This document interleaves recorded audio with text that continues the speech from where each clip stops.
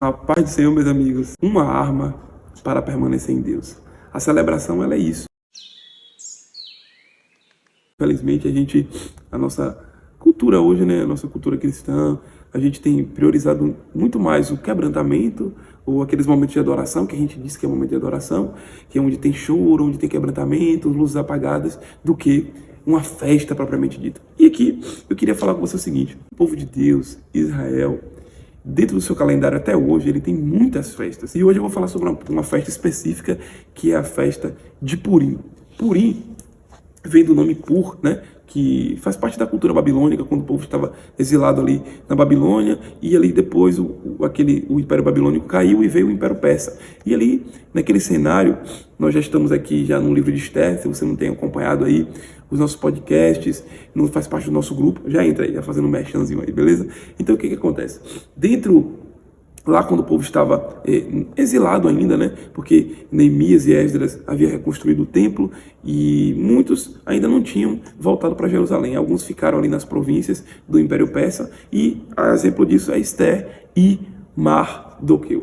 E quando Mardoqueu estava lá, cara, Mardoqueu não quis se curvar a Hamã, que tinha sido um segundo ali no reino do rei Xerxes, né? E ele, infelizmente, Mardoqueu não quis se curvar a ele, cara, porque ele era de origem cananeu, se eu não me engano, e nós sabemos que aquele momento ali foi quando aquela intriga entre judeus e cananeus foi quando o povo estava ali no Egito, no deserto, e eles não quiseram ajudar e atacaram o povo de Israel. E ali, aquele momento histórico, quando Moisés levanta os braços, o povo consegue vencer, e quando Moisés baixa os braços, o povo começava a perder. Então, ali começou o atrito entre uma nação e outra, e ali esse Ramã foi colocado como um segundo ali no reino, e Mardoqueu, seja por orgulho, ou seja por essa desavença, não quis se submeter, ou não quis se curvar diante dele. E ali Mardoqueu, diante daquela situação, Ramã promove um decreto, que ele lança um dado. Aí, por que eu estou contando essa história? Só para você saber o contexto ali de que ele lançou o dado, e o nome desse dado era Pur, né? Vamos dizer assim. E daí vem a festa de Israel, Purim. E depois você já viu o desdobramento todo da história, você conhece a história de Esther, aquilo que Ramã planejava para matar o povo judeu, e Mardoqueu cai sobre ele, e ele morre na própria forca que ele tinha colocado para ele. E ali o povo de Israel comemora essa festa até hoje. Para você ter ideia, hoje em 2023, no ano de 2023, eles comemoraram em março, no mês de março, essa festa que representa o livramento que Deus estabeleceu para aquele povo naquela época, né? Cerca de 400 anos antes de Cristo ali. Se você não sabe, os anos são contados decrescente antes de Cristo e depois de Cristo de forma crescente. Nós estamos 2023 anos depois de Cristo. Só fazendo parênteses aí. Então, essa festa é importante para o povo judeu para celebrar essa data, né, de libertação, quando que toda aquela estratégia que Ramã havia armado para destruir o povo judeu, né, voltou contra ele. Então, aqui uma importância de uma das festas. Agora, e as outras festas, Eliseu, que existem no calendário judaico e tal? Qual é a importância? Também, meus amigos, tinha para aquele povo, Deus estabeleceu essas festas também como cunho educativo, para que eles pudessem lembrar de tudo aquilo que Deus fez por eles. E da mesma forma como a memória deles era relembrada, o coração deles também era aquecido, e eles viam como Deus era bom, como Deus foi bom com Moisés, como Deus foi bom com o povo ali no deserto. E eu queria te convidar hoje a você lembrar daquilo que Deus fez por você.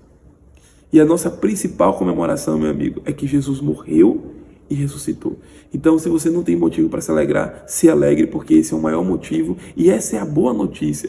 Meus amigos, o Evangelho não é sobre arrependimento nosso, não é sobre as nossas obras. O Evangelho, não se esqueça disso, que o Evangelho é uma boa notícia. E como boa notícia, nós devemos celebrar o Senhor. Por exemplo, eu tenho grande dificuldade quando no momento da ceia, chorar. Eu não consigo chorar. Eu consigo só me alegrar, estar ali com os meus amigos, com meus irmãos. Lógico que o momento representa também a morte de Cristo, mas representa a ressurreição dele. Nós estamos ali simbolicamente comendo do pão, que representa o corpo, bebendo do sangue dele, do cálice, do vinho, que representa o sangue. Então esse momento, para mim, só tem momento de alegria, cara.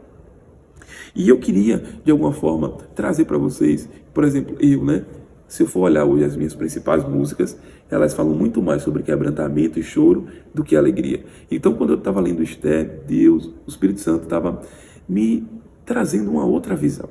Porque, meus amigos, eu sei que o arrependimento é importante na vida cristã, como o apóstolo Paulo fala, né, que nós devemos renovar a nossa mente, e esse é o culto que Deus gosta, mas eu queria te falar uma coisa, antes de você se arrepender, Jesus Cristo morreu. É muito mais sobre nós trazermos à nossa memória aquilo que Ele já fez na cruz por nós, do que ficarmos lamentando e chorando os nossos pecados. Isso Ele já resolveu na cruz. Só que agora você precisa desenvolver, eu e você precisamos desenvolver essa consciência. Que consciência, Eliseu? A consciência de que já fomos perdoados e agora devemos viver uma vida santa como forma de gratidão e devoção a Deus.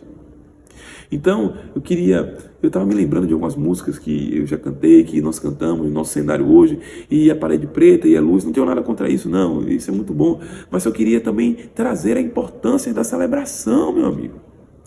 Essa festa de Purim representa quando tudo ia dar errado para o povo.